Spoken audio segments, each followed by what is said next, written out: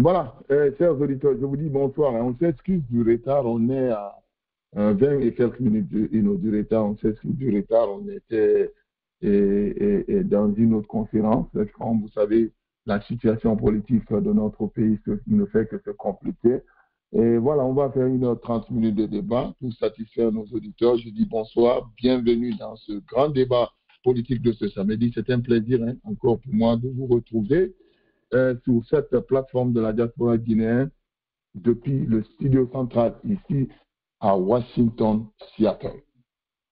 C'est comme ça se passe. Tous les week-ends, on se retrouve sur la plateforme de la diaspora pour apporter notre contribution pendant ce moment de crise, puisque nous sommes toujours en crise. Il faut se dire la vérité.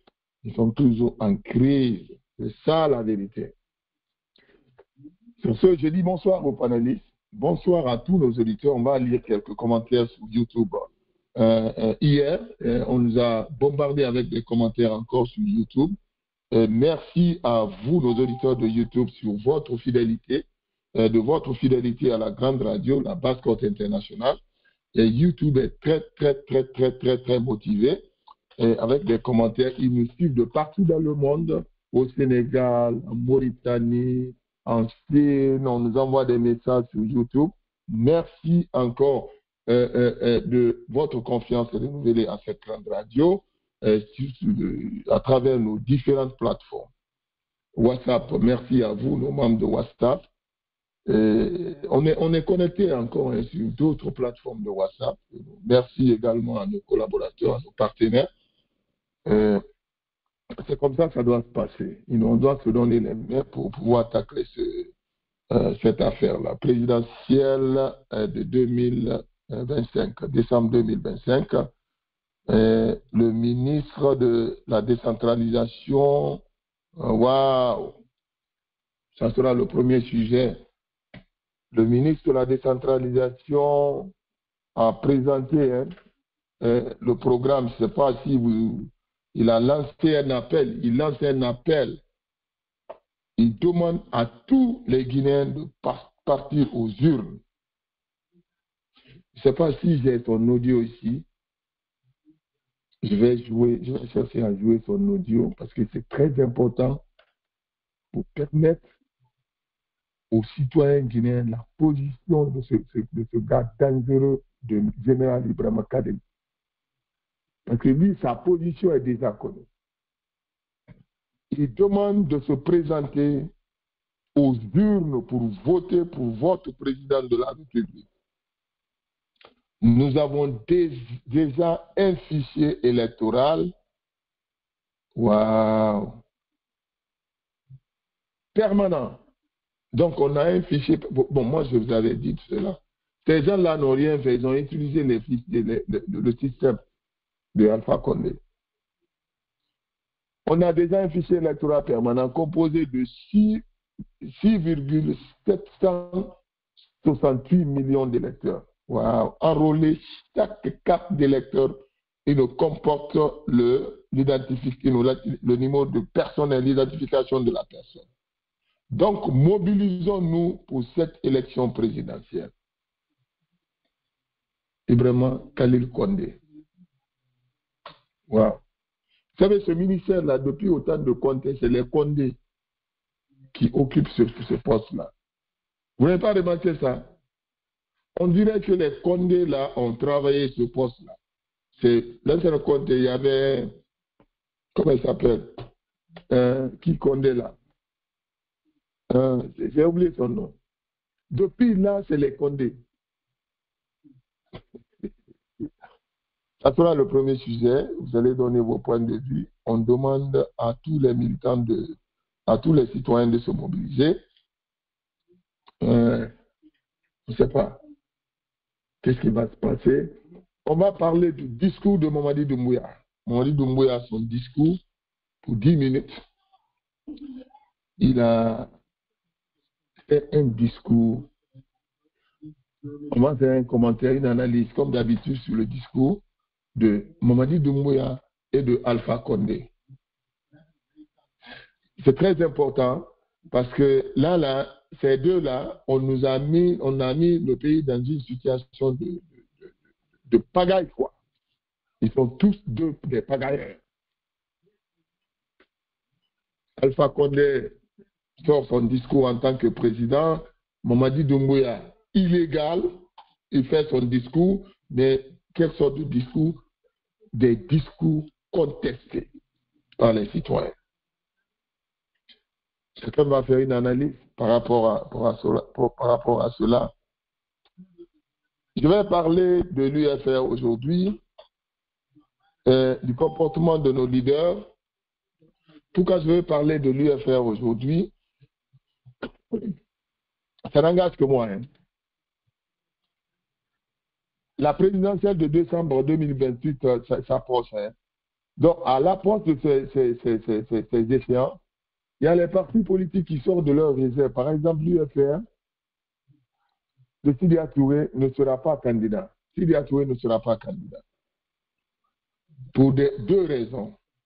Je vous dis ici, les informations que nous donnons ici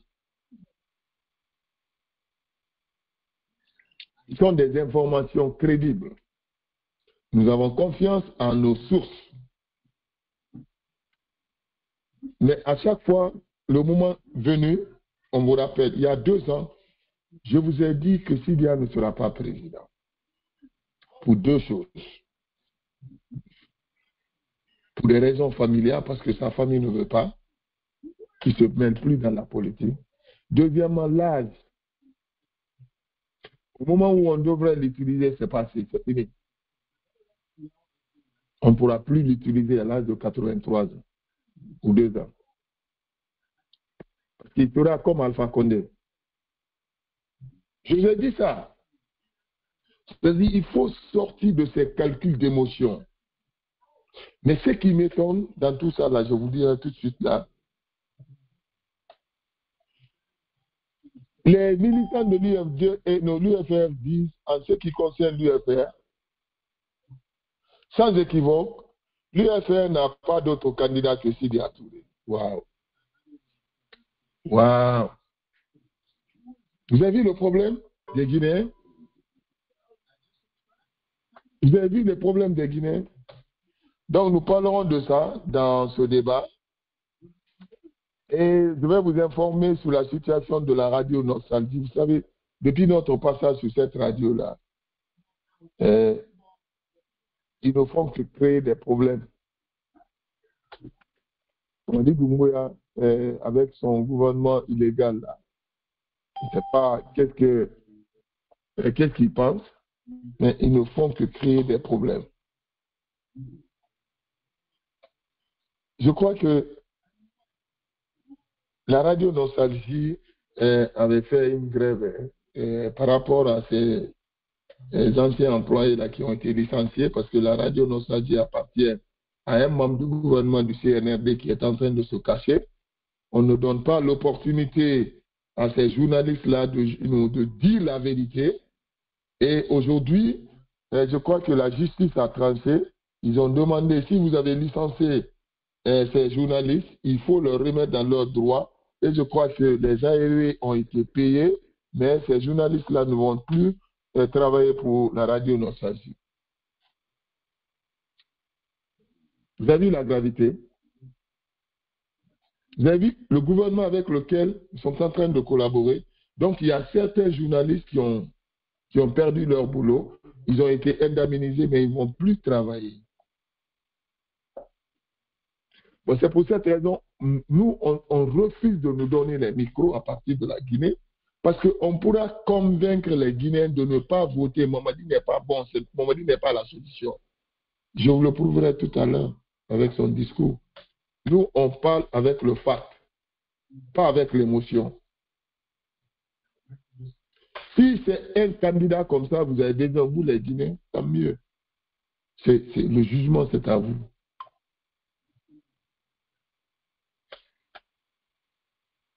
Bienvenue dans ce grand débat de ce samedi. C'est un plaisir, hein. Toujours un plaisir de vous servir. Et je commencerai par les deux discours.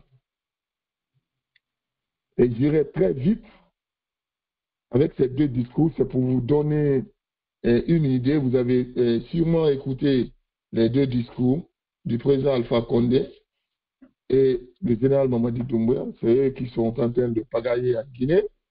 Et nous cherchons la solution parce que c'est l'autre qui a amené l'autre et nous cherchons à sortir de cette crise-là.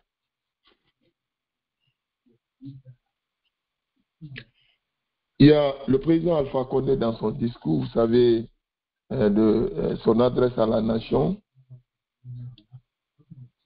qui a demandé pardon. Il demande pardon au peuple de Guinée. Je lis, je cite,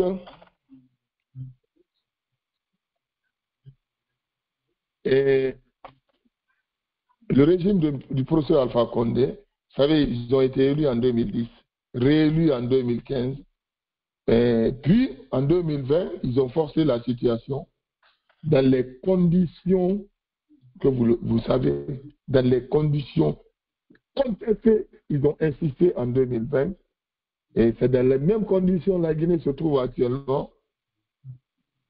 Donc, cette insistance-là, vous savez que ça s'est illustré par une accumulation, des violations, des crimes, des tueries, avec le troisième mandat de Alpha Condé, des répressions contre les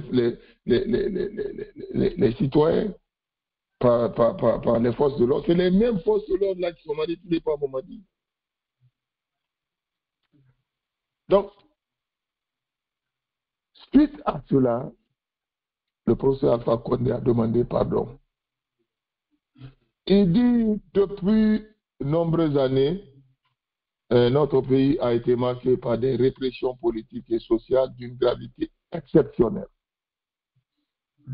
En dépit des promesses répétées de démocratisation et de réconciliation nationale, des milliers de Guinéens et Guinéennes entre 2010 et 2021 ont été victimes de violences, de détention arbitraire, d'exécution extrajudiciaire, de toute torture et de persécution. C'est Alpha Condé qui reconnaît. Il reconnaît. OK?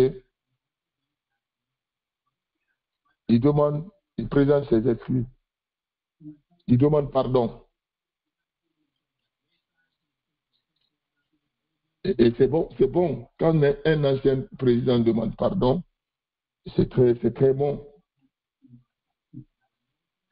Mais quant aux victimes, ils ont réagi tout de suite. C'est pour cette raison que Mamadi doit savoir qu'il sera jugé. Ces gens-là qui le soutiennent là ne l'aiment pas. Hein. Il y a eu tout de suite des revendications de la part des victimes qui disent que nos revendications ne sont pas ne sont pas animées par un esprit de vengeance, mais par une exigence de justice. Il sera impératif de reconnaître les souffrances endurées, les rendre hommage aux victimes et de garantir que telles atrocités ne se reproduisent plus. Le peuple de Guinée mérite de vivre dans un pays où la dignité, la liberté, la paix sont des valeurs fondamentales. C'est en rendant justice aux victimes et en honorant leur mémoire que nous pourrons véritablement avancer vers le pardon, mais aussi vers une réconciliation sincère et durable. Donc, ce n'est pas fini. Alpha Condé a été répondu tout de suite. Et je vous laisse le soin de me donner votre analyse par rapport à cette revendication, à cette réponse des victimes. C'est-à-dire, les gens ne sont pas fâchés, les gens sont fâchés. Ça fait très mal quand on tue ton enfant, on tue ton père, on tue ta soeur, on tue sans justice. Mais pourquoi vous êtes là aux États-Unis? quelles qu'en soient les conditions, quand on tue ici, ils vont rendre justice. Et justice sera faite. La personne, ils vont le chercher, il sera devant le juge.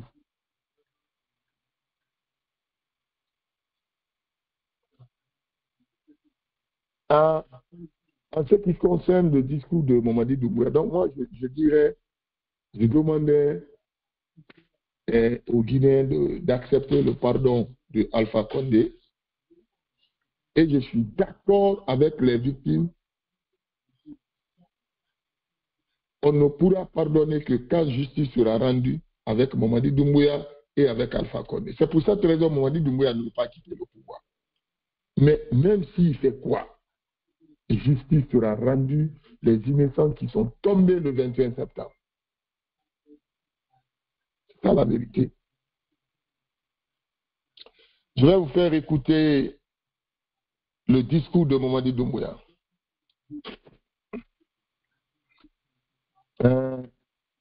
C'est pas moi qui va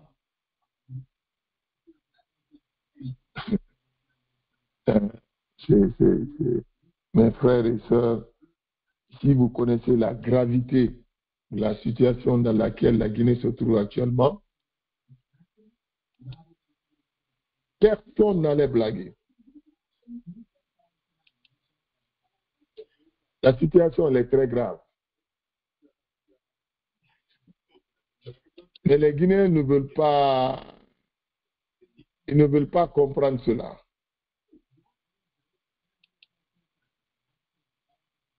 Ils ne veulent pas comprendre. Mamadi Doumbouya a fait un discours. Je vous laisserai le soin de juger Mamadi. C'est votre président. Moi, je donnerai mon point de vue. Hein. Mais je préfère vous laisser écouter Mamadi.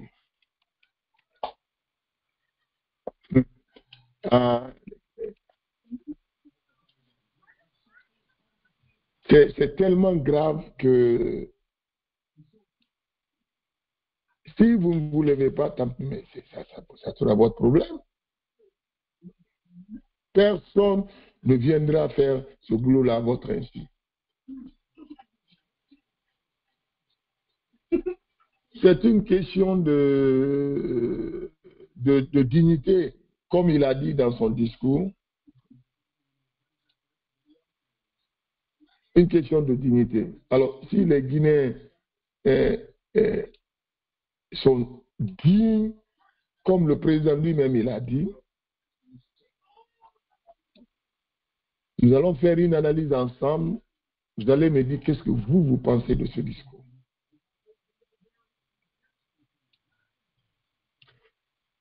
Mais avant cela, moi, j'aimerais faire un commentaire sur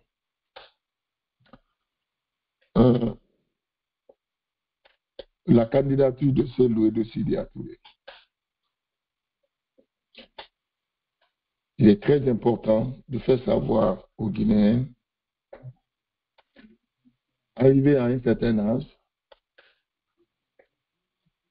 il faut avoir l'esprit de partage. Je ne parle pas de Cellou, hein. Cellou n'a pas l'âge. Je parle de Sidya Touré. C'est un frère.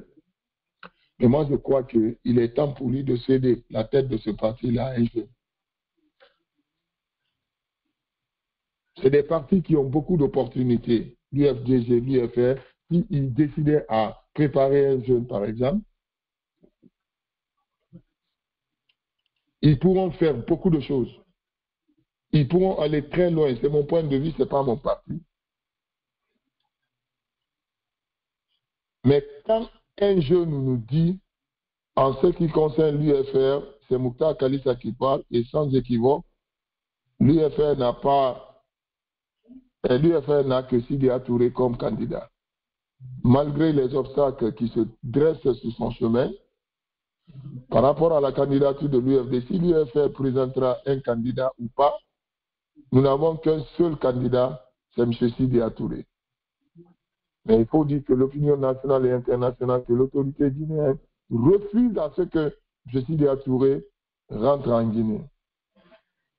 Ils ont refusé de renouveler ses documents, son titre de voyage. Quand vous refusez de renouveler le titre de voyage d'un individu, c'est que vous lui interdisez de rentrer dans son pays. Donc, pratiquement, c'est notre candidat providentiel. L'UFR n'a en amont et en aval qu'un seul candidat, qui est l'homme de consensus national Sidya Touré. C'est les jeunes de l'UFR qui parlent comme ça. Sans oublier que les choses sont très complexes à l'heure là. Si Sidya Touré ne peut pas rentrer, il est temps pour eux de choisir un autre candidat. C'est mon point de vue. Et ils ne sont pas obligés de m'écouter. Hein. Nous sommes en train de mobiliser tous les partis politiques avant ces élections-là pour contrecarrer la candidature de Mamadi.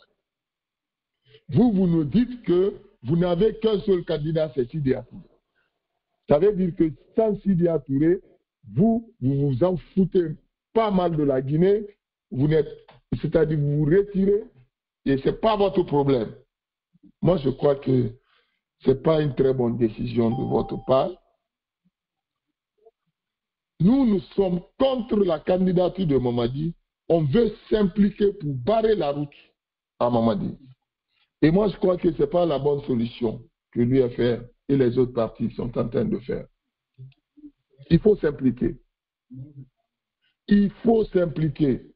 Si Sidya n'est pas là, mettez quelqu'un devant l'UFR, venez dans le combat. Il y a une coalition des partis politiques qui se dessine à l'horizon. Mais si Selou n'est pas là, Alpha n'est pas là, Sidya n'est pas là, il faudrait que quelqu'un fasse le boulot en attendant qu'il rentre. Il ne peut pas rester là-bas. Et nous qui sommes dedans, on ne fait rien, mais il ne comprend pas.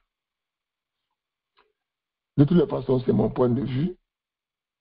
Moi, je crois que je vous lance un appel de joindre la coalition pour que nous puissions barrer la route à Mamadi. C'est ça la vérité. C'est ça la vérité. Hein.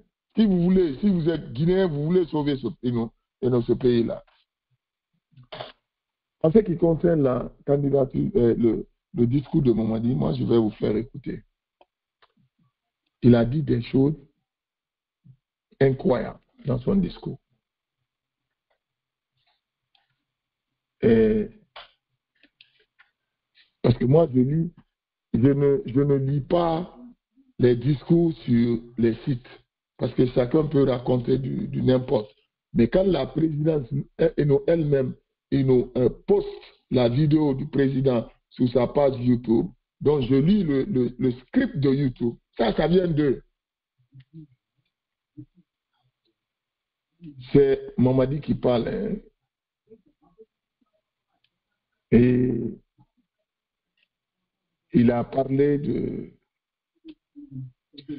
Et nous célébrons le 67e anniversaire de notre chère patrie, la République de Guinée, et journée de fierté et de responsabilité le 2 octobre.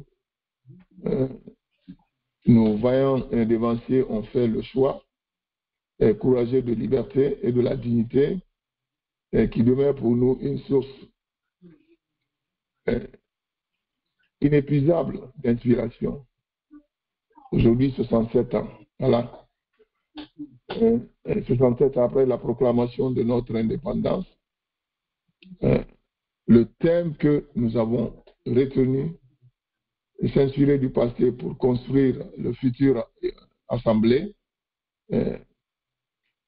la souveraineté économique, traduire notre volonté de continuer à assumer notre souveraineté économique et politique pour plus de grand bonheur du peuple souverain de Guinée et de rester fidèle à l'esprit de nos pères fondateurs tout en œuvrant tout en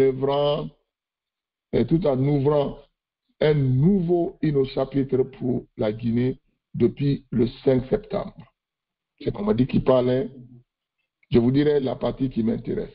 Depuis le 5 septembre 2021, nous avons engagé notre pays dans une dynamique nouvelle, celle de l'ordre de la discipline du vivre ensemble. OK? Que les Guinéens sont en train de vivre ensemble. En attendant, ils sont en train de kidnapper, d'enlever les Guinéens. De vivre ensemble et de l'excellence au service exclusif du peuple souverain de Guinée. Les résultats sont là. La République de Guinée, écoutez bien, chers auditeurs, les résultats du CNRD. La République de Guinée a obtenu pour la première fois, première notation souveraine, inaugurale, classée D+, avec perspective stable par une internationale, une institution internationale, il veut dire une première dans notre histoire qui témoigne de la crédibilité et des réformes, de nos réformes et de la confiance de la communauté internationale. Waouh! De la communauté financière internationale. Cette reconnaissance populaire, désormais, la Guinée, au rang de deuxième puissance économique de l'Afrique. Écoutez très bien, chers auditeurs. C'est Mamadi qui parle. Hein? Désormais, la Guinée, au rang de deuxième puissance économique de l'Afrique de l'Ouest, ouvrant maintenant la voie des financements compétitifs et durables pour soutenir nos priorités nationales. Vous avez vu ce qu'on vous dit, ces gens-là, ils avaient un problème d'argent. Ils n'ont pas d'argent. C'est lui qui dit, hein, aujourd'hui, avec leur acte-là, ça nous ouvre maintenant l'opportunité pour obtenir des financements.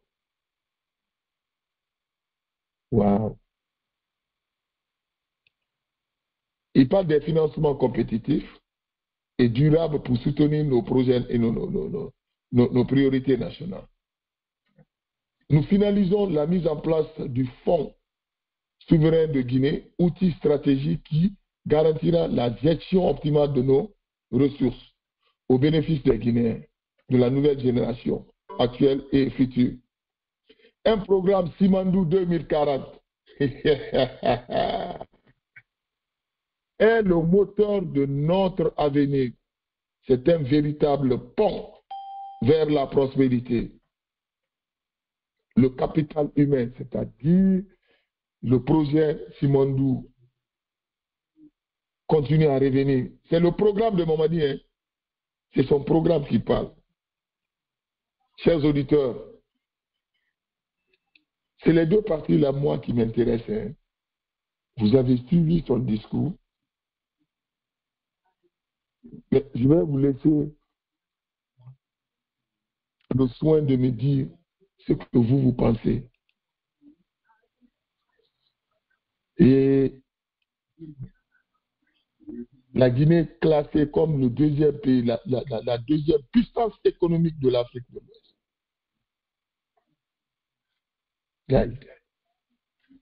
Mais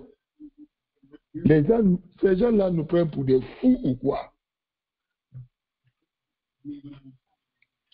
Mais si les Guinéens ne se lèvent pas, ça serait une catastrophe. Qui va classer Mamadi Doumbouya et son gouvernement comme deuxième puissance économique de l'Afrique de l'Ouest? En vertu de quoi? Mais moi, je ne comprends pas. Qui va le faire?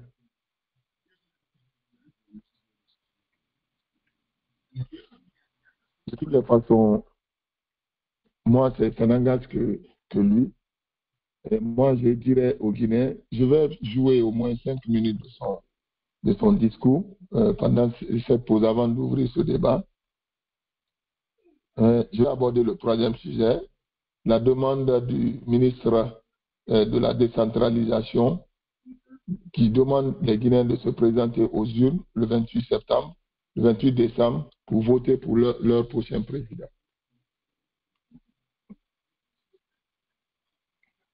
Nous, la présidentielle de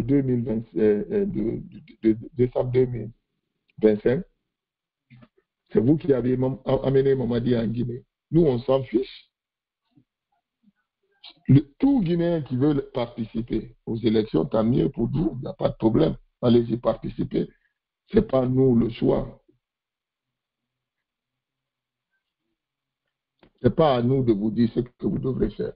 Ceux qui sont sur le terrain, ceux qui sont loin. Le choix, c'est à vous. Si vous voulez participer aux élections, tant mieux en tant que Guinéen. Si vous ne voulez pas, le choix, c'est à vous. Nous, c'est la candidature de Mamadi qui nous intéresse. Si Mamadi se présente comme candidat, c'est là-bas où on aura des problèmes.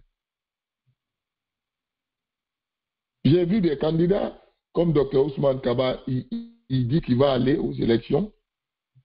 Il n'y a pas de problème, c'est son choix. Nous, notre alliance, est-ce qu'on va aller aux élections? C'est notre choix. Chacun a le choix. Mais le problème, c'est la candidature de Mamadi. Si Mamadi décide de rentrer dans la danse, c'est ce qui va compliquer la situation. C'est là pas le problème.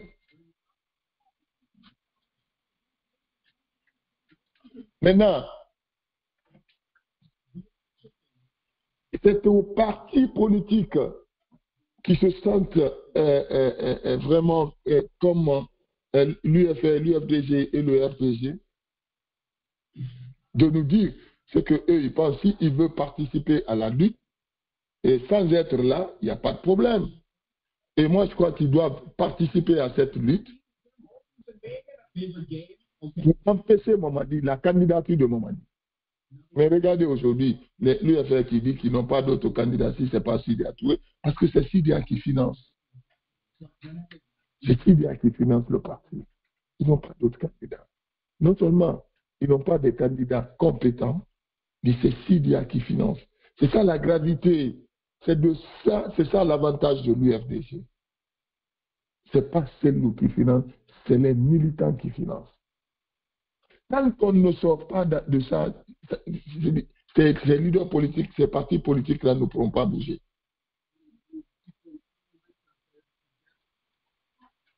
Donc nous sommes à la porte, ces gens-là sont en train de partir très vite, pour imposer leur candidat, si ça sera Mamadi, si ça ne sera pas Mamadi. Mais ils sont en train de partir très vite. Je vais faire écouter l'audio de ce fameux ministre-là. Est-ce que ce ministre de la décentralisation, c'est lui qui doit nous amener à une élection transparente? Même si c'est nous faisait partie de cette course. Mais sous la direction de ce ministre-là, moi, je n'ai pas confiance.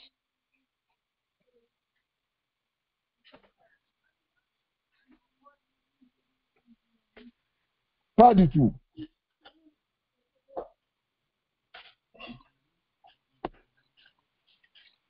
Pas du tout. Je vais vous laisser le soin.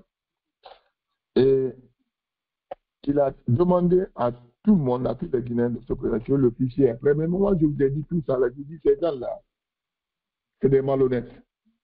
Ils ne veulent pas donner le crédit à Alpha Condé. Ils ont trouvé, c'est nous qui prêtons notre système électoral à la Sierra Leone. On assiste le Libéria. On a l'un des meilleurs systèmes qu'on a acheté très cher. C'est mon ami qui dirigeait cette boîte-là, vous le savez. Moi, je vous parle en connaissance de cause. Père, son âme Salif Québec, on l'a reçu ici plusieurs fois. Un système très fiable.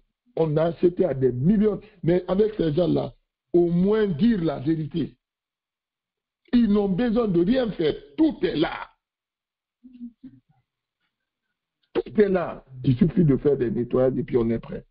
Et c'est ce qu'ils sont en train de faire. Alors, est-ce qu'il est temps de bouder? Non, il est temps de venir, de s'impliquer, venir avec des stratégies pour contrecarrer Mamadi. Parce que si Mamadi est candidat, ça ne fera que se compliquer. Ouais, on va compliquer la situation. Merci d'être venu. C'est mon point de vue. Et je vais vous faire écouter un peu le discours de Mamadi Doumbouya. Vous allez me dire, bon, c'est un discours de quelques minutes. Hein. Vous allez me dire ce que vous pensez. Moi, c'est mon point de vue.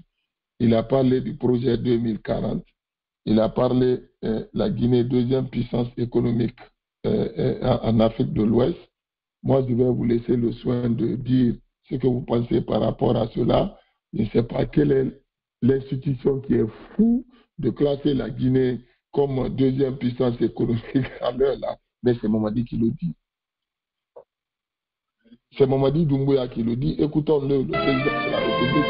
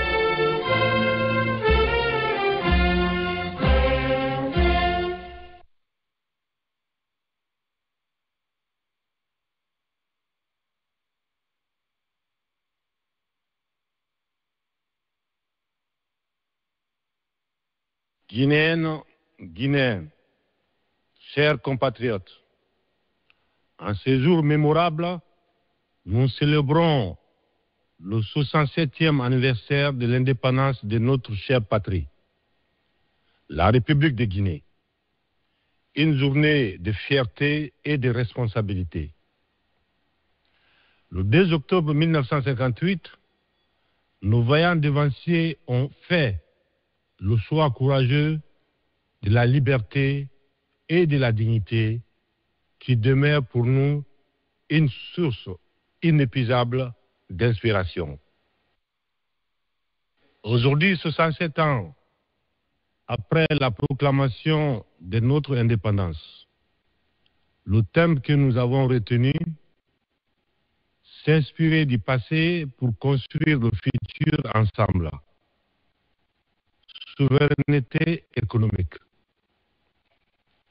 Traduit notre volonté de continuer à assumer notre souveraineté économique et politique pour le plus grand bonheur du peuple souverain de Guinée et de rester fidèle à l'esprit de nos pères fondateurs tout en ouvrant un nouveau chapitre pour la Guinée. Depuis le 5 septembre 2021, nous avons engagé notre pays dans une dynamique nouvelle, celle de l'ordre, de la discipline, du vivre ensemble et de l'excellence au service exclusif du peuple souverain de Guinée. Les résultats sont là. La République de Guinée a obtenu sa première notation souveraine inaugurale classée B+, avec perspective stable par une agence internationale. Une première dans notre histoire qui témoigne de la crédibilité de nos réformes et de la confiance de la communauté financière internationale. Voilà, on va partir pas à pas. Hein. On va ouvrir les micros, on va partir pas à pas. OK? Et il a dit que c'est je crois que une institution, quelle institution, il n'a pas dit le nom, qui a classé la Guinée. Vous avez écouté la partie là, non? On va aller pas à pas pour ne pas, que nous faisons, c'est Mamadi qui parle. Avant de partir, continuer avec son discours, puisqu'il s'agit de cela, on est en train de faire une analyse le discours de Alpha Condé et de Mamadi Doumbouya, de Alpha Condé et de Mamadi Doumbouya. On va commencer par Alpha Condé, mais je vous jouerai le discours au fur et à mesure. On va faire les analyses parce qu'on n'a pas beaucoup de temps. M. Sissoko, bonsoir. Bienvenue. Bonsoir, M. Bangoura. Comment allez-vous? Alhamdulillah, et vous? Oui, ça va. Et on s'accroche. On va commencer par le discours de pardon du président Alpha Condé. Avant de venir sur Mamadi. Mamadi, on va partir au fur et à mesure en écoutant son discours. Qu'en dites-vous par rapport à ce pardon? Parce qu'il y a eu tout de suite des revendications, la justice avant le pardon. Est-ce que vous êtes d'accord avec ces victimes? Je dis bonsoir à vous, M. Bangoura. Je dis bonsoir à l'ensemble des éditeurs. Oui, effectivement, Alpha Condé a demandé pardon aux victimes ce qui s'est passé dans ce régime. Oui. Finalement, il a reconnu tout n'a pas été parfait.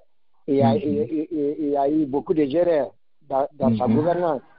Donc, la faute est acceptée est moitié. La faute reconnue est moitié pardonnée. Moitié pardonnée. Donc, il a reconnu quand même. Et il y a eu des erreurs, il y a eu des tueries dans ce régime. Il a reconnu ça, il demande pardon aux victimes. Maintenant, ça dépendra des familles. Est-ce qu'ils vont accepter le pardon ou bien ils vont décider de porter plainte contre les familles ils ont dit qu'il faut que justice soit rendue. Ils pardonnent, mais il faut que justice soit rendue. Quand justice soit rendue, ils portent plainte. Ils vont porter plainte contre Alpha Condé. C'est ça qu'il veut dire. Voilà. Tout ça dépendra des familles.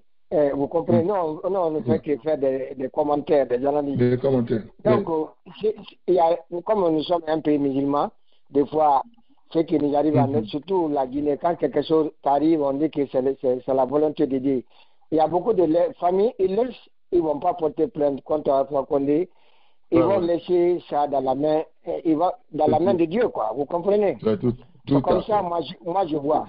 C'est pourquoi moi, j'ai toujours dit, tant que Mamadi Doumbouya est au pouvoir, Alpha Condé ne rentrera pas en Guinée. Ça, c'est clair. Parce qu'il y a beaucoup de choses qui attendent Alpha Condé. Vous comprenez? Non seulement il a un problème avec la justice, avec ce qui s'est passé dans ce régime, mais il a un problème personnel avec Mamadi Doumbouya. Parce que c'est Mamadi Doumbouya qui a enlevé Alpha Condé au pouvoir. Donc, c'est pour vous dire que Alpha Condé est parti en exil pour très très longtemps. Les choses vont être très compliquées pour Alpha Condé. C'est pourquoi je vous ai toujours dit, tant que Mamadi Doumbouya est au pouvoir, Alpha Condé ne va pas rentrer. Il n'aura pas aucune chance de rentrer en Guinée, M. Bangoura. Donc tout ça là, ça dépendra des familles. Et ceux qui vont faire, d'autres vont pardonner, d'autres vont essayer de pousser quand même pour porter plainte contre Alpha Condé. On va voir ce qui va arriver. Que Dieu nous donne la santé. Donc c'est tout qu'est-ce que toi tu penses, c'est de pardonner Alpha Condé comme tu l'as dit, c'est-à-dire reconnaître d'abord sa faute. Vraiment, en termes, comme nous sommes des musulmans, nous sommes des Guinéens, on doit le pardonner à 50%. Parce qu'il reconnaît. À mon avis, je vais parler ici en tant que musulman, à mon avis, quand quelqu'un te fait mal, il demande pardon, Dieu même a dit il accepte le pardon. Donc, en tant que musulman, si tu es musulman, tu es croyant, tu crois au bon Dieu, ce qui arrive au Créateur, c'est grâce au bon Dieu. Pour moi, si c'était moi, j'allais pardonner. Parce que les morts là, ils ne peuvent plus revenir. Ceux qui sont tués là, ils ne vont plus revenir. Quel que soit ce que vous allez faire, les gens là sont déjà partis, ils ne vont plus revenir. Mais ils ont dit, les victimes ont dit, ils savent que ces gens-là, les morts ne pourront pas être, on ne pourra pas faire revenir les morts, mais faire quelque chose pour ne plus que des bêtises comme ça se répètent, parce que c'est ce qui se répète même avec Mamadi. Mais malheureusement, effectivement, chez nous, c'est l'État qui tue sa population. La Guinée a été toujours comme ça. c'est pas entre nous, on se bagarre, mais chaque régime qui vient, il fait son victime. On a vu Sékou Touré, il a fait ses victimes, on a parlé Kambouaro. L'ancien compte est venu, on a parlé 85, le coup d'État de Diarra. Il y a eu beaucoup de Guinéens qui ont perdu leur vie. Dadis est venu, on a parlé le 28 septembre, 150 et quelques. Alpha Condé vient, on parle de 200 et quelques qui ont été tués. Mamadi vient, Mamadi maintenant, on parle plus de 60 de Guinéens qui ont perdu leur vie. Donc, si en résumé, ce sont les gouverneurs, ceux qui nous gouvernent là, ceux qui tuent. Chaque fois un régime vient, M. Bangoura, ceux qui tuent. Mais il faut qu'on arrête ça maintenant là. Il ne faut pas que les régimes qui vont venir maintenant, ils vont essayer de tuer les Guinéens. Il faut arrêter ça maintenant. Il faut mettre fin à cela. Pour mettre fin à cela, il faut une justice équitable. Et les justices font ce travail. Mais malheureusement, chez nous, la justice ne joue pas son rôle, M. Bangoura. Malheureusement, chez nous, c'est ça qui nous fatigue. Parce qu'on a une justice qui n'est pas indépendante. Malheureusement. C'est ça qui nous arrive. Sinon, toutes ces impunités là, on devrait mettre fin à ça. Mais jusqu'à présent, ça continue. Parce que la justice n'est pas indépendante. La justice ne fonctionne pas, M. Bangoura. C'est là notre malheur en Guinée. C'est dommage pour notre pays. Moi, je suis d'accord avec toi. Hein. On doit pardonner le vieux Alpha Condé. Et là où il est comme ça, il a regretté. Et personne n'est... C'est ce que nous demandons à Mamadi. Sissoko, le Guinéen est très humble. C'est un peuple qui a... C'est un peuple qui pardonne. Si tu veux, c'est un peuple qui pardonne. Si Mamadi nous accepte de respecter ses engagements, je vous assure, Sissoko, tu sais que les Guinéens vont le pardonner. Oui, moi je suis persuadé. S'il accepte ses engagements, c'est-à-dire qu'il organise les élections et parti, je vous le jure, personne n'allait courir derrière Mamadi. S'il laisse le pouvoir entre les civils et pas, je vous le jure, je peux mettre ma main sur le courant, personne n'allait poursuivre Mamadi. Mais du fait qu'il n'est pas dans ce chemin-là, M. Bangoura, malheureusement, il n'est pas dans ce chemin. Sinon, Guinéen, c'est quelqu'un qui pardonne. Oui, à la longueur de la journée, il y a des accidents de circulation en Guinée. Tu peux tuer un père de famille, tu viens vers la famille, tu demandes pardon, et la famille te pardonne. Et pourtant, tu as tué quelqu'un important de leur famille. Mais il te demande, tu vas aller chercher les imams, il vient faire le verset de Coran. On dit tout ce qui arrive à un être humain en tant que Coran, c'est la volonté de Dieu. Et la famille accepte. La famille accepte. Alors, ce que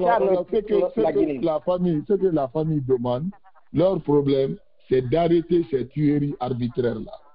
Et c'est pour cette raison qu'ils demandent... C'est le régime qui est là, qui devrait faire ça. Alpha est déjà parti. On a un régime militaire qui est là. Qu'est-ce qu'ils sont en train de faire pour arrêter les tueries maintenant? C'est là la question. Est-ce qu'ils vont aller dans ce sens-là? C'est là et pourtant, Mamadi, lorsqu'il a pris le pouvoir, que tout ce qui s'est passé en Guinée, le temps d'Alpha Condé, on ne devrait pas refaire cela. Mais aujourd'hui, il est au pouvoir. Les gens, vous avez vu Babila, le journaliste d'investigation Babila, ils ont kidnappé son papa. Son papa, jusqu'à présent, on n'a pas retrouvé le vieux. Un vieux de 75 ans, M. Bangoura. Un vieux de 75 ans qui a été kidnappé. Oui, donc tout ça là, aujourd'hui c'est la peur qui est, tous les Guinéens là, c'est tout ce qui critiquent aujourd'hui. Si tu vis en Guinée, c'est la peur dans le ventre. Tu as peur, parce que tu ne sais pas quand est-ce qu'on va venir te prendre. Oui, donc c'est dangereux, c'est vraiment, c'est une déception. Et on m'a dit, tout ce qu'il a dit le 7 septembre, et il est en train de faire le contraire, M. Bangoura. Le contraire. Donc c'est dommage. C'est une leçon. Alpha Condé, lui, c'est un vieux, il est fatigué, c'est fini pour lui le pouvoir. Donc il fallait reconnaître ça, parce que tout ce qui s'est passé dans le régime, il ne peut pas mourir, laisser ça. Donc, il ne peut pas mourir, laisser ça sur sa conscience. Voilà, effectivement, lui, avec quelqu'un, un vieillard, il a compris, il fallait demander pardon. Et c'est tout à fait normal. Ça s'est passé en Côte d'Ivoire. Vous avez vu la rébellion en Côte d'Ivoire. Ce qui était acteur de Guillaume Soro. À un moment donné, Guillaume Soro m'a demandé pardon aux Ivoiriens. Il a reconnu tout ce qui s'est passé à la prise de pouvoir pour aider Alassane Ouattara à avoir le pouvoir en Côte d'Ivoire. Mais Guillaume Soro, il a eu le courage, en s'adressant aux Ivoiriens, qu'il demande pardon. J'ai écouté, il a dit ça, qu'il demande pardon. Tout ce qui s'est passé en Côte d'Ivoire. Parce qu'ils ont pris des armes pour que quelqu'un soit candidat. Donc, c'est eux qui ont pris des armes. Les Soro, les Ibé, les Ouattao, c'est eux qui ont pris Ousmane Chérif, c'est eux qui ont pris les armes. Donc, si lui-même vient, chef de rebelle, Soro, qui était porte-parole de Ibé, Ibrahim Traoré, qui a dit, il a demandé pardon aux Ivoiriens. Donc, quand on voit aussi Alpha Condé faire ça, c'est pas quelque chose qui est nouveau, c'est tout à fait normal, M. Bangura. C'est tout à fait normal. Un être humain, ouais, c'est vrai. D'accord, espérons qu'on l'accorde ce pardon-là. Alors, Sissoko, le discours de Mamadi a suivi, hein, après le pardon de Alpha Condé. Notre général a fait un discours. La Guinée est deuxième puissance économique de l'Afrique de l'Est. Waouh! Ah oui, M. Bangura. Effectivement, c'était notre fête de l'indépendance que Mamadi a tenu son discours. Mais un discours qui dure 5 minutes. Par rapport à l'année dernière, il a parlé plus de 40 minutes. Mais cette fois-ci, il a fait un discours très court. Il a centré son discours sur le thème économique seulement. Il n'a même pas pu aborder l'aspect politique. Son discours était essentiellement porté sur le volet économique. Voilà. Il a parlé la notation. La performance de son gouvernement. Bien. Voilà. Il a parlé la notation que la Guinée vient d'obtenir. Parce qu'il y a des agences de notation internationales. Ils sont nombreux là. Je peux citer leurs noms. Il y a Standard & Poor's, il y a Moody's, il y a SP. Ce sont les agences internationales qui font la notation des pays. C'est en termes de performance économique, en termes de PIB. Mais ce qui se passe, d'après le gouvernement guinéen, la Guinée est placée. Leave it here. I'm the one who will turn around. Ok. Sissoko, excuse-moi. Voilà. Ah, il n'y a pas de souci. Vas-y, Sissoko, je m'excuse. Voilà. Donc, d'après le gouvernement guinéen, il dit que la Guinée a eu la note B+, c'est-à-dire cette note B+. Mais Sissoko, tu connais un peu l'institution, le nom de l'institution qui nous a donné. C'est ça, je viens de vous citer là. J'ai dit Standard & Poor's. Mais ça, c'est quelle Standard institution? & Poor's. Ça, c'est quelle institution? Ce sont des agences de notation. On les appelle les agences de notation. Voilà, ceux qui notent les pays. Non, ce sont les agences, ce sont les institutions. Non, ce sont les économistes qui sont. Ce sont des agences. Comme il n'y a pas l'ONU, Nations Unies ou PNUD, le programme de tu veux me dire les agences privées qui notent les pays, quoi. Voilà, effectivement, voilà. Les agences voilà, effectivement. Dis à Mamadi que nous ne sommes pas des fous. Mais je viens, on va parler de la réalité guinéenne. Bon, ça que on va venir. Écoutez, on va venir pour décortiquer tout ça là. Donc, d'abord, on dit que la Guinée a une note B+. C'est-à-dire, cette note B+, place la Guinée au rang de deuxième puissance économique de l'Afrique francophone de l'Ouest. C'est-à-dire, quand tu prends l'Afrique de l'Ouest, il y a 15 pays qui sont au niveau de l'Afrique de l'Ouest.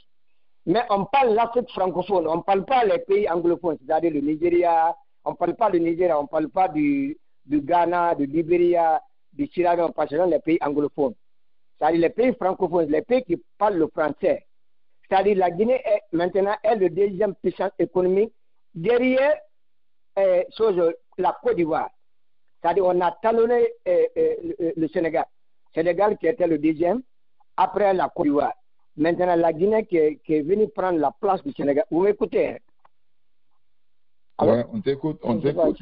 Voilà. Donc c'est la Guinée qui est venue prendre la place du Sénégal. Et le Sénégal se retrouve en troisième position. Et la Côte d'Ivoire est en tête. Donc, mais cette croissance-là, cette notation-là, c'est quoi? C'est basé uniquement pour le PIB, c'est-à-dire le PIB signifie la richesse créée au cours d'une année. C'est-à-dire, quand vous regardez notre économie, la Guinée, notre économie, l'économie guinéenne se repose sur l'exploitation de bauxite et de l'or. C'est-à-dire, on a accéléré l'exploitation minière. C'est-à-dire, l'année dernière, dès 2024, on a produit 100 millions, quelque chose de 100 millions de tonnes. On va vers maintenant 140 jusqu'à 200 millions cette année. Donc, cette richesse qui est créée, qu'on appelle PIB, c'est-à-dire au cours d'une année, c'est cette croissance-là qu'on a noté la Guinée. Mais quand vous regardez, quand vous prenez 100 millions de tonnes de bauxite, quand vous multipliez par le prix, ça nous donne à peu près entre 7 milliards de dollars américains. C'est-à-dire on gagne ça. Mais l'argent là, ça ne rentre pas dans notre caisse, M. Bangoura.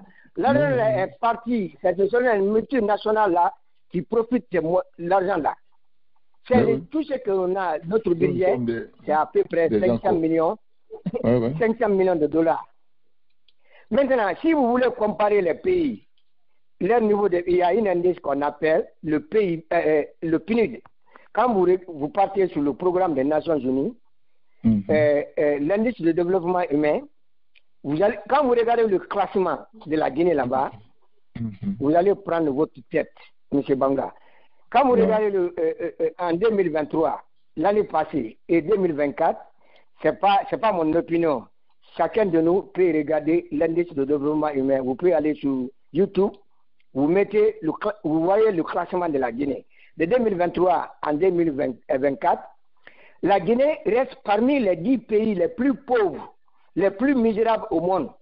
C'est-à-dire qu'on est classé à 182e sous presque 200 pays. C'est-à-dire on a évalué 200 pays. La Guinée est classée à 182e rang. C'est-à-dire on est en bas de l'échelle. En bas de l'échelle. C'est-à-dire on est parmi les 10 pays les plus pauvres au monde. Ousmane Kaba, qui est l'esprit de CNRD, et tout le monde connaît Ousmane Kaba, et puis ministre de l'économie et des finances de Lansana Conté, le gouvernement de Lansana Conté, Sidia Touré, Ousmane Kaba en Guinée, et s'il n'est pas premier en économie, il sera le deuxième. Donc, lui-même, il a parlé de ça. Ousmane Kaba lui-même a parlé de ça. Moi, j'allais vérifier l'information sur l'indice de développement. Ce que Ousmane Kaba a dit, c'est la même. J'ai trouvé les mêmes résultats. Ousmane Kaba lui-même, il a dit, nous produisons 100 millions de tonnes de bauxite. Quand vous multipliez ça ça nous donne à peu près 7 milliards de dollars américains. On n'a que dans notre budget, tout ce, avec ce montant-là, on n'a que 500 millions. C'est-à-dire la Guinée est l'un des pays les plus pauvres au monde, les 10 derniers pays, les plus pauvres. C'est pas mon opinion, ce sont les données au niveau de l'indice de développement humain. C'est-à-dire c'est l'indice-là qui classe les pays selon l'expérience de vie, l'éducation, la santé, le revenu par habitat. Voici les 5 critères qu'on classe les pays là. Quand vous prenez l'espérance de vie des Guinéens, nous sommes en bas. Les Guinéens meurent à 59 ans. C'est-à-dire notre espérance de vie. Non, lui n'est pas rentré dans tous les détails. Il ne connaît pas le détail là. Lui, il parle seulement la notation B+. Il s'est arrêté là-bas. Mamadi ne connaît pas l'économie. C'est un militaire, il faut comprendre. Lui, il parle en tant que militaire. C'est-à-dire tout ce qu'on va lui dire, il vient seulement, il prend le gros titre, quoi. Et il dit ça, la Guinée a une note B, notre économie se porte bien. Mais quand vous demandez les économies, quand une économie se porte très bien, quel sera l'impact de cette économie sur le panier de la ménagère? Est-ce que les Guinéens se sentent cette croissance-là? Est-ce que la vie des Guinéens s'est améliorée? C'est-à-dire, est-ce qu'au niveau de la santé, on a des meilleures qualités. Quand tu tombes malade, un Guinéen, tu peux aller te soigner, tu as le moyen de te soigner. Ça, c'est... Est-ce que en matière d'éducation, il y a le moyen d'avoir une meilleure qualité d'éducation en termes de revenus, c'est-à-dire le pouvoir d'achat. Quand vous comparez la Guinée avec la Côte d'Ivoire et le Sénégal, un fonctionnaire guinéen, par rapport à ce que le fonctionnaire guinéen gagne par mois, par rapport à la Côte d'Ivoire, au Mali, au Sénégal, ils sont en avance par rapport, ils gagnent mieux que nous. Ça, c'est clair. En matière d'infrastructure, quand vous comparez la Guinée avec le Sénégal et le Mali, parce qu'ils disent que la Guinée dépasse le Sénégal, mais en matière d'infrastructure, en matière de développement, le Sénégal est en avance par rapport à nous. Ils ont beaucoup plus de routes par rapport à nous. Ils ont des meilleurs hôpitaux par rapport à nous. Quand un Guinéen tombe malade, il va au Sénégal. Mais tu ne vas jamais voir un Sénégalais qui va quitter au Sénégal pour venir se soigner en Guinée, M. Bangoura. Vous comprenez ça? Donc, ce sont les détails-là qu'il ne peut pas expliquer. C'est-à-dire pour que la population guinéenne sache de quoi on est en train de parler. Sur le plan du développement, tous ces pays-là, la Guinée, et le Sénégal et la Côte d'Ivoire, ils nous dépassent. Au niveau de la santé, de l'éducation, tous les pays-là nous dépassent. Ouais.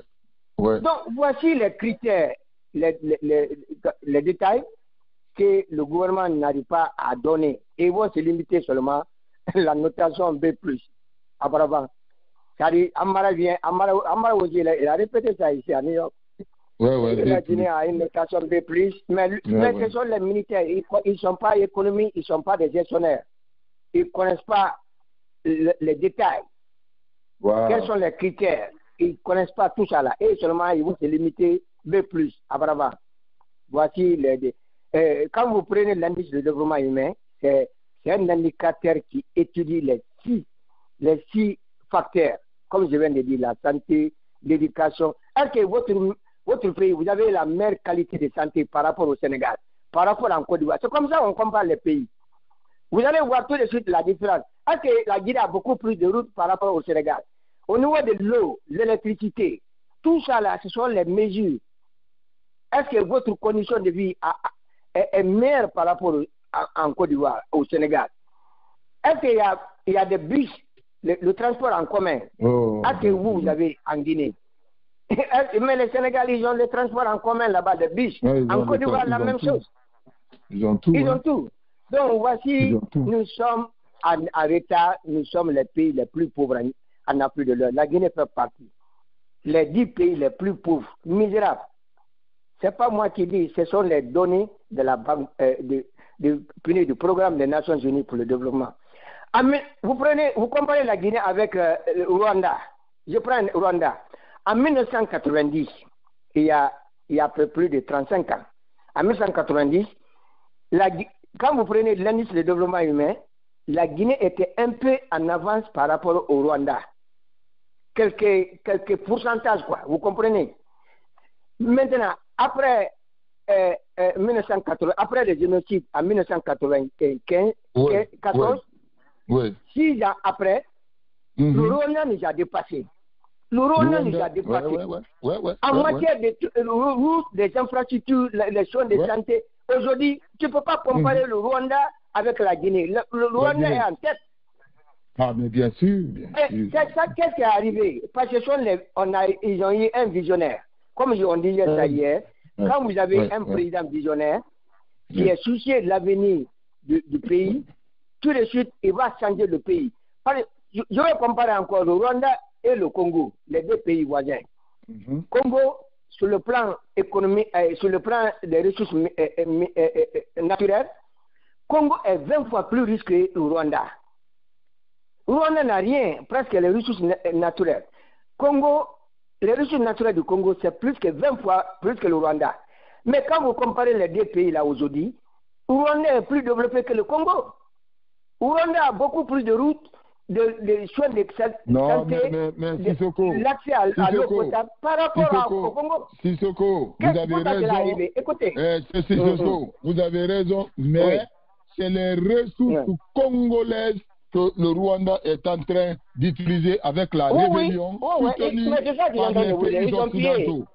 Alors, mais là où moi je suis d'accord avec toi, c'est que ces Congolais-là ne font que danser. Et Kagame n'est pas venu pour s'amuser. Ils ont abandonné leur pays, un voisin vient piller leur pays, et ils sont plus nombreux qu'eux. Ils abandonnent, ils n'ont pas pris responsabilité pour dire non aux Rwandais. Ce que vous êtes en train de faire, vous ne pouvez pas venir envahir notre pays, détruire notre pays et prendre nos ressources naturelles. Ça fait plus de 20 ans, le conflit là qui existe entre le Congo et le Rwanda. Vous avez suivi même Donald Trump, le président actuel là. Il a tenté de négocier pour régler le problème.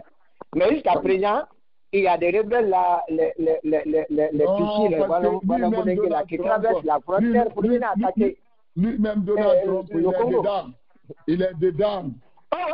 Mais lui-même, il a besoin de ressources naturelles. Lui, il a négocié pour que Paul Kagame fait leur affaire.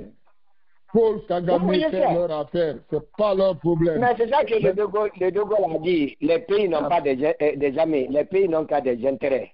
C'est les intérêts qui lient les pays, M. Bangoura. C'est que nous, on n'a pas travaillé. 67 ans d'indépendance, on n'a pas travaillé pour développer notre pays. On n'a pas travaillé pour faire sortir de la Guinée dans la misère, dans la pauvreté. Aujourd'hui, au XXIe siècle, il y a plus de la moitié de la population guinéenne qui n'ont pas l'accès à l'eau potable, M. Bangoura. Vous les en pleine capitale, en Conakry là-bas, en pleine capitale, au Kaloum là-bas, à Temineta, à Boulebine, quand vous regardez les bidons de 20 litres, c'est plus nombreux que la population de Kaloum. Tous les jours, les gens propulse désormais la Guinée au rang de deuxième puissance économique de l'Afrique de France. Voilà. Vas-y. Voilà. Donc, quand vous regardez l'eau potable, le problème de l'eau potable, depuis 1958 jusqu'à maintenant, là, on est incapable de résoudre le problème de l'eau potable. C'est-à-dire, plus de la moitié de la population guinéenne n'a pas l'accès à l'eau potable. En pleine capitale, je prends seulement Kaloum. Je vous le jure, M. Bangoura. Le nombre de bidons de 20 litres là, les bidons Yolo là, c'est plus nombreux que la population à Kaloum là-bas. Ça dit, chaque jour, les gens sont à la recherche de l'eau quotidienne. Ça, c'est quotidien. Ça, je ne parle même pas de l'intérêt du pays. Quand vous partez à Boké ou à Farana ou à Kéchidou, à Moma, à Labé, tous les gens les Guinéens là qui vivent dans les sous-préfectures là, les communes rurales là, urbaines là, l'eau potable là-bas, ils vont au niveau du Margot pour aller chercher. C'est l'eau du Margot, ils vivent là-bas, hein. C'est l'eau du Margot. C'est des eaux qui ne sont pas propres. Quand tu bois ça, tu as le problème de choléra, tu as les problèmes de diarrhée, les maladies, tout ça. C'est pourquoi l'expérience de vie même des Guinéens, c'est si quelqu'un gagne 59 ans, il a beaucoup gagné. Mais en réalité, les gens meurent à 40 ans, 35 ans, vous comprenez. L'espérance de vie est très faible. Parce qu'il y a un manque de soins de santé, et les conditions de vie des Guinéens ne sont pas favorables.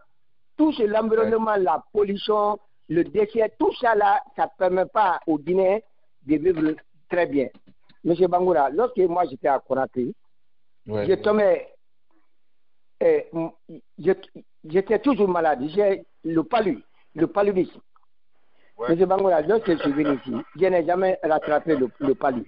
Jamais. Palud. Ça, c'est un exemple. C'est un exemple que je vous dis. Palud, en Guinée, je tombais facilement. Il attrapait le palud facilement.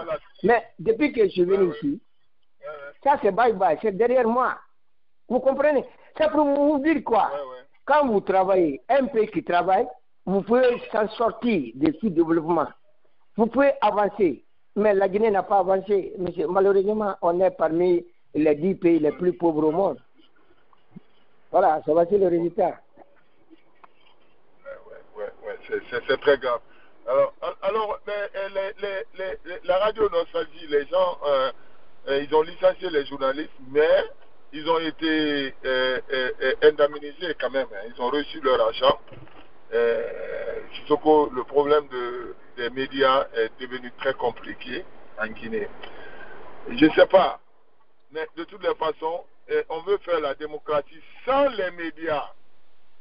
Et l'UFR, rapidement, avant de donner la parole à Maz Diallo, l'UFR a décidé, voilà, il est éliminé, mais les conditions, les arguments, vraiment avec l'UFR, ça tient.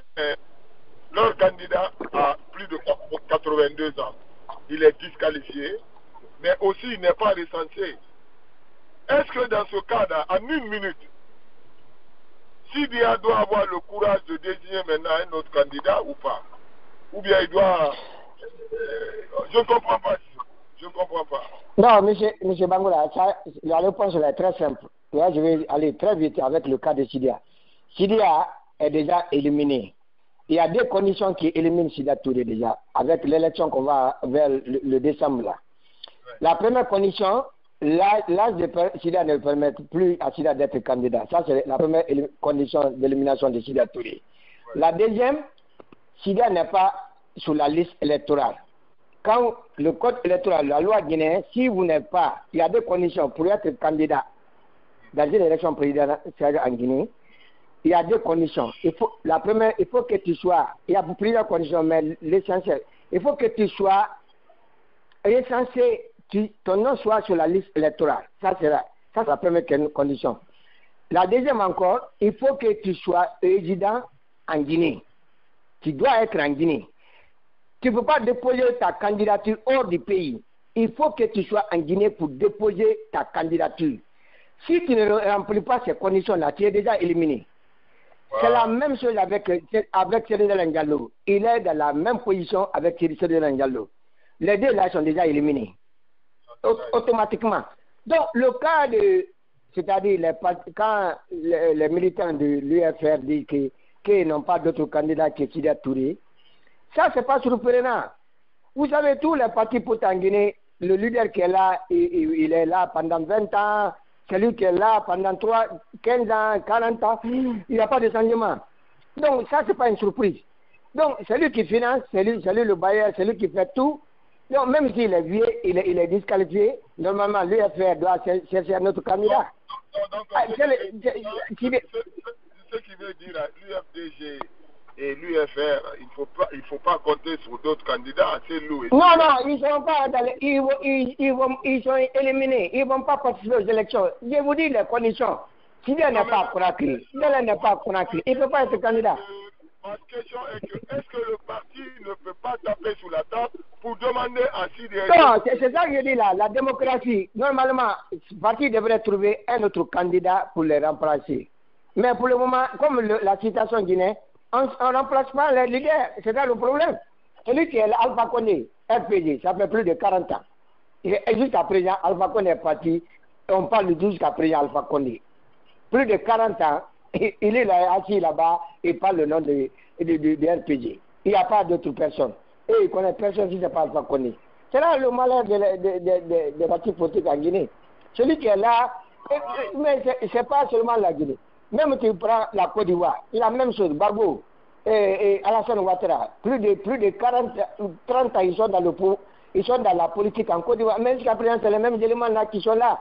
Et il ne veut pas partir, il ne veut pas aller à la retraite. Il veut toujours gouverner le pays. Vous comprenez? Il s'est chamaillé entre eux pour avoir le pouvoir. Et BD, lui, il est mort. Le doyen BD, lui, il est mort. Vous comprenez? Ça reste les deux vieillards là maintenant. Il ne veut pas partir. C'est là le problème, les politiciens en Afrique. Il ne veut pas aller. Sinon, Sidia est complètement fini. Il est vieux, il ne peut rien faire maintenant. Sidia peut rien faire, M. Bangoura. C'est ça la réalité. Merci à vous, M.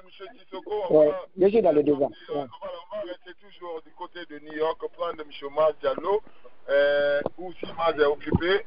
Voilà, le débat est ouvert. Chacun n'a qu'à donner son point de vue. Maz, bonsoir, bienvenue. Oui, bonsoir, vous allez bien. Léo, ta voix elle est un peu lointaine là. Ouais, pas... Je vais régler ça. Ok, d'accord. D'accord. Bonsoir à tout le monde. Ici, c'est bon maintenant. Je vais d'abord...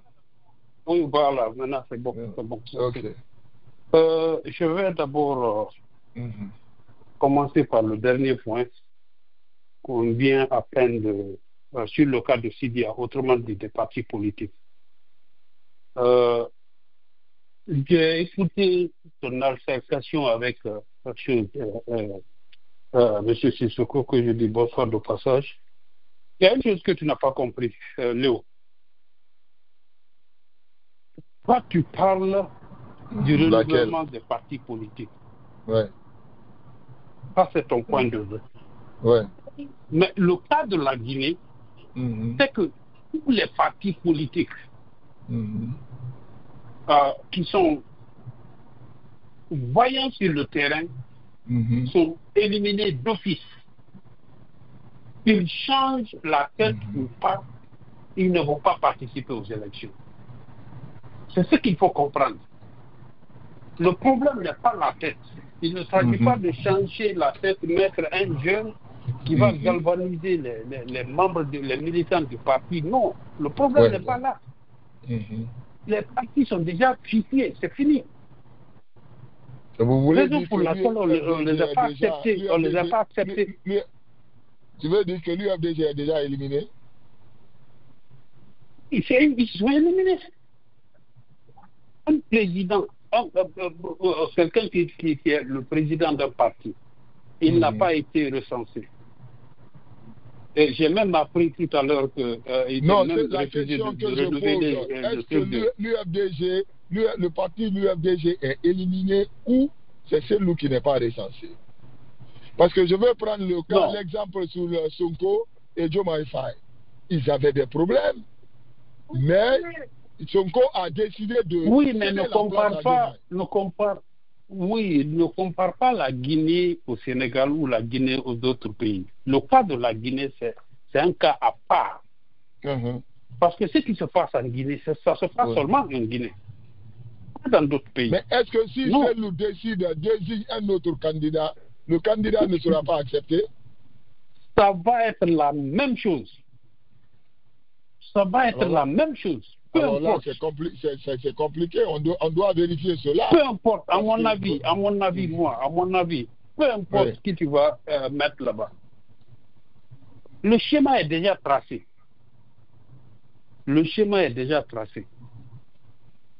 Quiconque va venir, tu seras battu. Parce que il faut voir comment est-ce que les choses évoluent en Guinée. Parce que sache que en Guinée, il n'y a pas d'argent. D'après certaines informations que j'ai eues, c'est-à-dire on oblige le gouvernement guinéen à aller aux élections avant la fin de l'année s'ils peuvent avoir quelque chose. Ouais, ils n'ont pas d'argent. Sans quoi ils n'auront pas d'argent. Voilà, ils n'ont pas d'argent. Voilà, donc raison pour laquelle ils sont en train d'accélérer tout. D'accélérer. Le peuple bête là ne comprend pas ça. C'est ça. Voilà. C'est pas, voilà. Ils n'ont pas d'argent. C'est ce qu'il faut comprendre. Et personne ne va donner leur argent à Mamadi Doumbouya. Personne. Voilà. Donc tout ce que tu vois, c'est-à-dire juste après la proclamation des résultats, 4 jours après, on donne la date pour les élections présidentielles. C'est seulement en Guinée. Ils sont pressés. Oui, c'est seulement en Guinée. Parce qu'ils veulent organiser les élections, peu importe comment est-ce que ça va se passer, mais en tout cas, ils veulent quelque chose. Sans quoi, ils n'auront rien. Les institutions, les bailleurs de fonds ont été clairs. Vous partez aux élections. Voilà. Maintenant, c'est vous qui savez si Mamadi sera candidat. Vous pouvez vous compliquer. Parce que, eux, ils ne connaissent pas les Blancs. Les Blancs ont fini de parler. Vous partez aux élections sans rien. Maintenant, si vous mettez Mamadi Doumbouya là-bas, mais vous avez encore plus compliqué la situation. Parce qu'il n'y aura pas de crédibilité. Léo, Mamadi se trouve dans une position actuellement. Il ne peut pas vraiment se rendre compte maintenant là. Tu as vu Alpha Condé, il a demandé pardon. Oui. Moi, je dis franchement, c'est trop tard même. Parce qu'au moment où tu es le président de la République, tu ne peux rien comprendre comme Mamadi actuellement. C'est-à-dire, tout ce que tu vois, tu ne vois que, oui, tu ne vois qu'au vert devant toi, quoi. Même quand quelque chose est rouge, on peint ça en vert. Pour que tu vois quelque chose de bon. Tu ne vois rien. Oui, parce que tu goûtes le pouvoir. Tu as l'argent. Tu as la destinée du pays dans tes mains. Tu fais ce que tu veux avec. Tu mets qui tu veux. À n'importe quel poste que tu veux. Maintenant, où lui, il est là, mais qu'est-ce qu'il fait ça? Est-ce qu'il arrive à nommer quelqu'un ou bien à faire? Non, il n'a rien sous ses mains. Absolument rien. Il n'a rien. Et il est très proche même du Tout-Puissant, selon.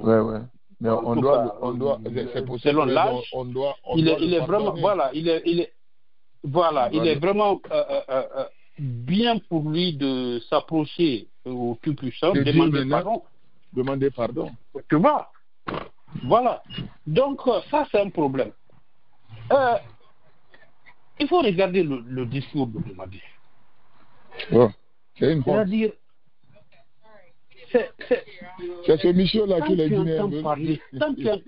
Oui, franchement, tant que tu entends parler des montants ou le nombre de tonnes utilisés ou bien extraits même de la Guinée, mais tu vas prendre ta tête. Mais c'est que virtuel parce qu'on ne gagne absolument rien. Les indices là, tout est virtuel. C'est pas réel.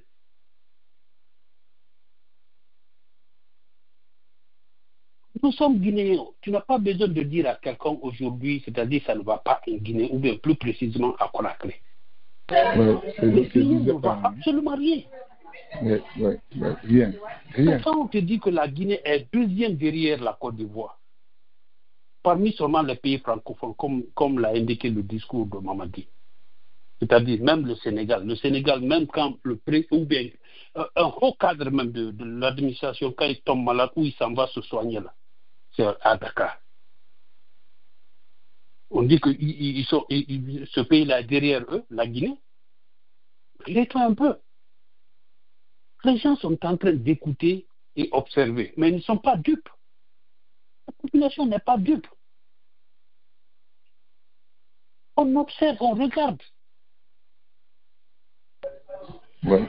On te fait lire des discours, on te dit des choses, et toi-même peut-être parce que dans ton coin, toi tu es assis dans le confortable, tu ne peux rien sentir. Mais la population plutôt lambda même souffre. Tu ne peux pas le sentir. Et ce qui m'énerve dans tout ça, c'est quelqu'un qui était même en bas avant d'atteindre là où il est. On dit qu'il n'est pas né héritier. C'est-à-dire, la corpulence ne peut pas gérer un pays. Il ne s'agit pas de dire que bon, il est bien arrêté, je suis d'accord. C'est un jeune, je suis d'accord. Il est beau, je suis d'accord. Il a la corpulence, je suis d'accord. Mais il n'a pas la tête sur ses épaules pour diriger ce pays. Il faut accepter cela. Nous sommes tous pour lui. Mais qu'il accepte de faire la part des choses, qu'il le sache comment est-ce qu'il faut faire, puis à quel temps. Les partis politiques qui sont là, parce que nous le savons tous, quand on dit politique, il faut forcément parler des partis politiques. C'est eux qui sont censés diriger le pays.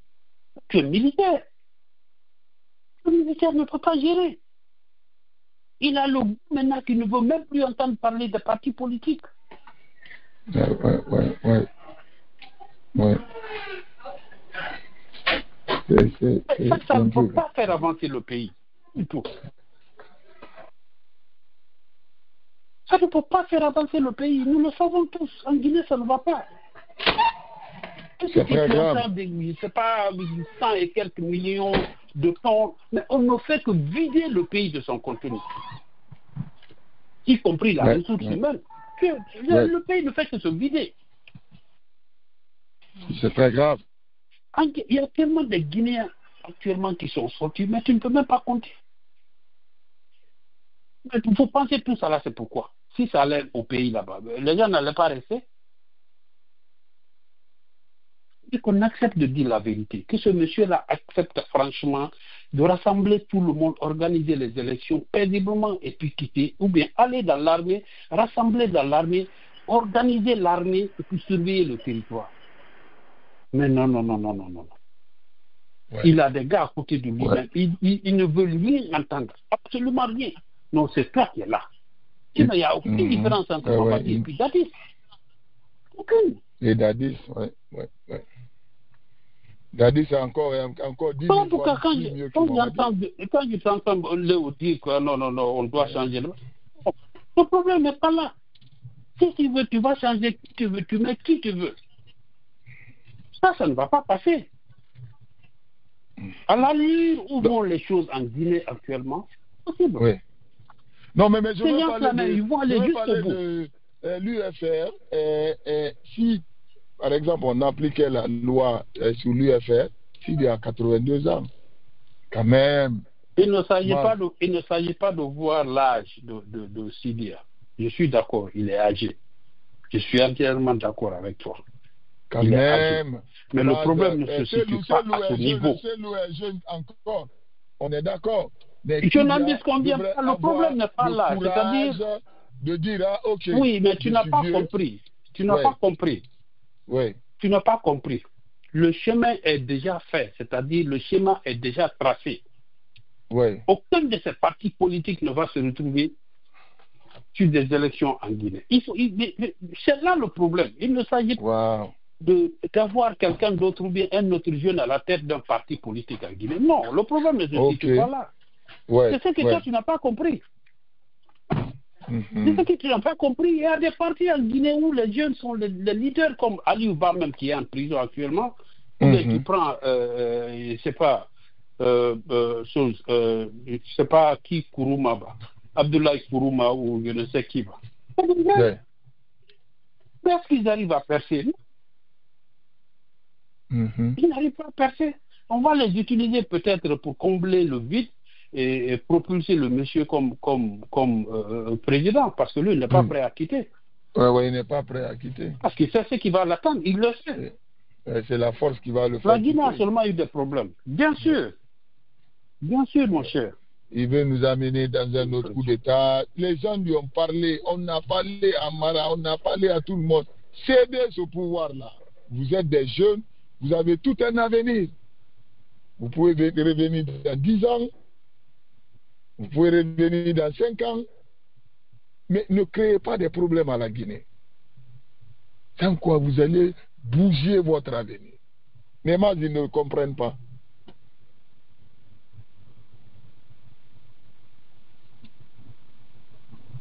Ils ne comprennent pas. Pour eux, on est en train de parler parce qu'on veut parler. C'est ça. Allô? Mas, tu m'entends? Tu comprends, Léo? Oui. Ça dit, la Guinée est dans une situation très, très critique. Très critique. Parce que tous ceux-là qui sont autour, qui sillonnent autour de Mamadi, et ils ne voient que leur propre intérêt. Ils ne pensent pas à la Guinée, ils ne pensent pas au pays. Ce n'est pas leur problème. Ce n'est pas leur problème. Qu'est-ce qu'ils gagnent et comment est-ce qu'ils gagnent, c'est ce qui leur intéresse. Le pays là, non. Si le pays veut, il bouge. Si le pays veut, il ne bouge pas. Et ils sont là-bas et puis ils gagnent pour eux. Ils gagnent leur petit pain. C'est tout. Et en réalité, toi-même tu le sais et je le sais, ça ne va pas. Pas du tout. Hein. Ça ne va pas. Pas du tout. Et puis imagine, hein, si on tombe dans un autre coup d'État encore, dans cette circonstance, si on tombe, Mamadi nous fait tomber dans un autre coup d'État, combien d'années on va perdre encore? Une année ou 2 ans? Le pays va reculer encore. Va reculer encore. C'est ça, le pays va reculer. C'est ça le problème. Oui, le pays va reculer. C'est ça la vérité. On est dans un autre coup d'État et on recommence le tout à zéro. Même la constitution qu'ils ont, le référendum, une élection référendaire qu'ils ont organisée maintenant là même, tout sera dans l'eau. C'est ce que je disais la fois dernière. Quelqu'un peut venir, il balaie tout ça d'un revers de main. Il se fait une constitution peut-être taillée sur mesure, peut-être ou bien peut-être une constitution nette. C'est-à-dire, en moins de 15 ans. Nous vivons pas constitution. Nous vivons dans une incertitude. Hein. Dans Trois une constitutions. J'aurais même appris qu'ils ont commencé à arrêter certains éléments des forces spéciales. Ok. Non, ça ne doit pas t'étonner parce que à l'allure où vont les choses, ils entendent eux-mêmes, ils écoutent les trucs, ils voient ce qui se passe, ce qui se passe autour d'eux. Mais si on te soupçonne même, tu es parti. Parce que ces gens-là ne badinent pas. Ils ont commencé les arrestations. Oui, ils ne badinent pas. C'est ça quand même. Il faut s'attendre à ça, Léo. Il faut s'attendre à ça. Prions pour le pays. Merci à vous, Maz. Je ne sais pas si Diallo veut ajouter quelque chose. Avant de fermer ce débat, demain, on se retrouve dans l'émission Tandegema. Comme d'habitude, on va traduire tout ça là en langue nationale demain à partir de 17h30 ou 18h de New York. Hein. On aura un invité, le représentant du bloc libéral, M. Barry, du côté de Bruxelles, et qui devrait être notre invité demain. Bon, on va voir son calendrier. En tout cas, il est informé. Il sera avec nous demain, avant l'émission Tandegema qui sera retransmise après, parce que compte tenu de l'heure, le décalage horaire là ne nous permet pas de venir dans l'émission Tandegema. Donc, on va voir comment on pourra coordonner cette interview de demain. Merci d'être venu. M. Bidjallo, bonsoir. Bienvenue. Si Bidjallo n'est pas en train de chercher... Léo, bonsoir Léo. Comment tu vas? Oui, ça va mon frère. Bienvenue. Ok, je dis bonsoir à tout le monde, Léo. Bonsoir. Léo. Ouais. Tout ce qu'on est en train de dire ici, là, on avait dit ça. On avait dit ça, oui. Mais tu sais, dans la vie, le jour où on dit, c'est pas tout le monde. Mouna. Ok. Donc c'est ça. Comme population guinéenne, certains partis, certains gens ont pris la pauvreté, comme diamant.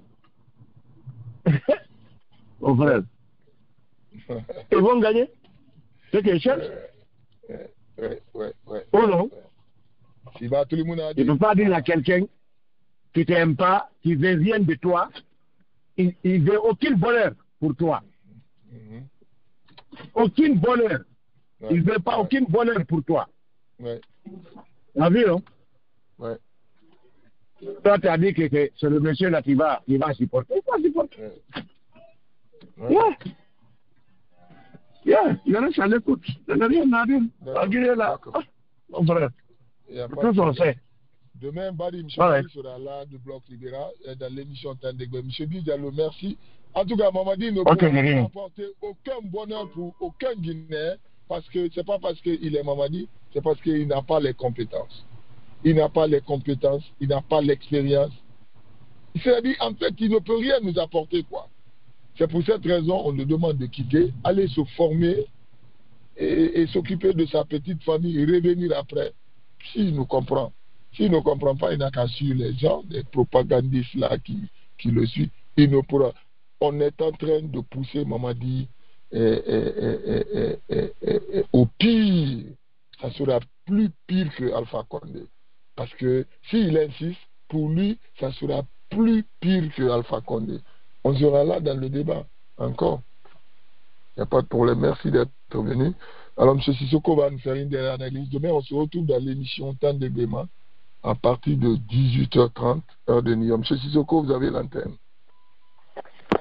Oui, M. Bangoura. Merci. J'ai dit bonsoir. Merci à tous ceux qui ont intervenu, Diallo et Majo, dans ce débat-là. Oui. On va parler ça demain dans notre langue nationale pour approfondir beaucoup plus davantage. Oui. M. Bangoura, ce qui nous arrive, la Guinée est l'un des pays les plus riches en matière de ressources naturelles. Mais on n'a pas eu des visionnaires, on n'a pas eu un président visionnaire qui pouvait changer notre pays. Et après 67 ans de l'indépendance, jusqu'à présent, le pays ne parvient pas à nourrir sa population. Jusqu'à présent, on est en train de commander le riz qui vient de Bangladesh, qui vient de l'Inde. Chaque 3 mois ou 2 mois, c'est des bateaux qui viennent accoster dans notre port de là-bas à Conakry pour faire débarquer le sac de riz venant de Bangladesh. C'est plutôt. Donc, on n'a pas la souveraineté alimentaire, on n'a pas la souveraineté économique, ni rien. Et jusqu'à présent, on est en train de danser la mamaya, la fête nationale. C'est tout ce qu'on sait, comment danser. Mais au lieu de travailler pour qu'on puisse sortir de la pauvreté, de la misère, les gens là, ils ne sont pas dans ce chemin-là, mais ils sont là pour faire la propagande. Simandou 2040, c'est tout ce qu'on est en train de sentir. Même le discours de Mamadi Doumbouya, c'est là que vous entendez, il est en train de parler de Simandou. Simandou va être notre moteur économique. Et contre c'est le projet là, ils ont trouvé ça, c'est pas eux qui ont initié ça, Alpha Condé, c'est le projet d'Alpha Condé. Mais aujourd'hui, là, comme ils ont enlevé Alpha Condé, ils ont pris le projet de Simandou, c'est comme eux-mêmes qui ont initié ça. Vous voyez comment ils sont en train de tromper le Guinéen. On prend maintenant le projet Simandou, Alpha Condé qui a travaillé pour faire cela, et prend ça maintenant pour partout il s'en va, à New York ici, il vient avec des boubous Simandou, des vies Amara Kamara ici, avec des boubous, c'est écrit Simandou. Mais les Arabes viennent ici, les tu vois les Saoudiens qui viennent ici au centre. C'est les premiers pays producteurs du pétrole. Mais tu vois jamais, ils ne vont pas porter un habit qui est là-bas, en Arabie Saoudite, c'est le premier pays producteur du pétrole. Non, ils ont l'air l'argent déjà. Ils ont l'air l'argent, mon frère. Donc, ceux qui viennent faire la publicité ici, l'Ikimanu 2040, tout le monde, on mobilise tout le monde. Même si ceux qui sont venus réceptionner Amara là. Il y a vu les t-shirts là. C'était écrit là-bas, Simandou 2040. Les t-shirts là, ils ont donné ça aux gens. C'est des fous. J'ai rencontré un jeune à peine session, j'ai parti à New York. Et c'est écrit, j'ai vu dans son t-shirt là, Simandou 2040 avec la photo de Mamadi Doumbouya. Je lui ai demandé, il dit, où tu vois comme ça? Ah, ça, tu sais pas, c'est Amara qui est venu, on va. Mais je fais ça comme je savais pas ce qui se passe, quoi. Vous comprenez? Ouais. Donc, il est rentré dans les détails. Jerry même, il dit, ah, c'est bien. C'est comme ça notre pays, là. On fait la propagande pour les gens qui ne peuvent pas régler nos problèmes, M. Bangoura. Malheureusement, on est dans la misère, on va se reprendre. D'accord. Merci à vous, merci à tout un chacun d'être venu. Demain, on se reprend à partir de 18h dans l'émission Temps de débat.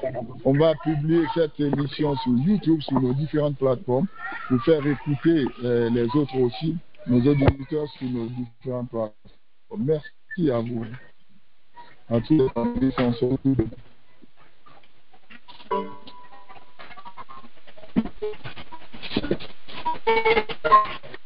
Francophone de l'Est. Merci à tout un chacun.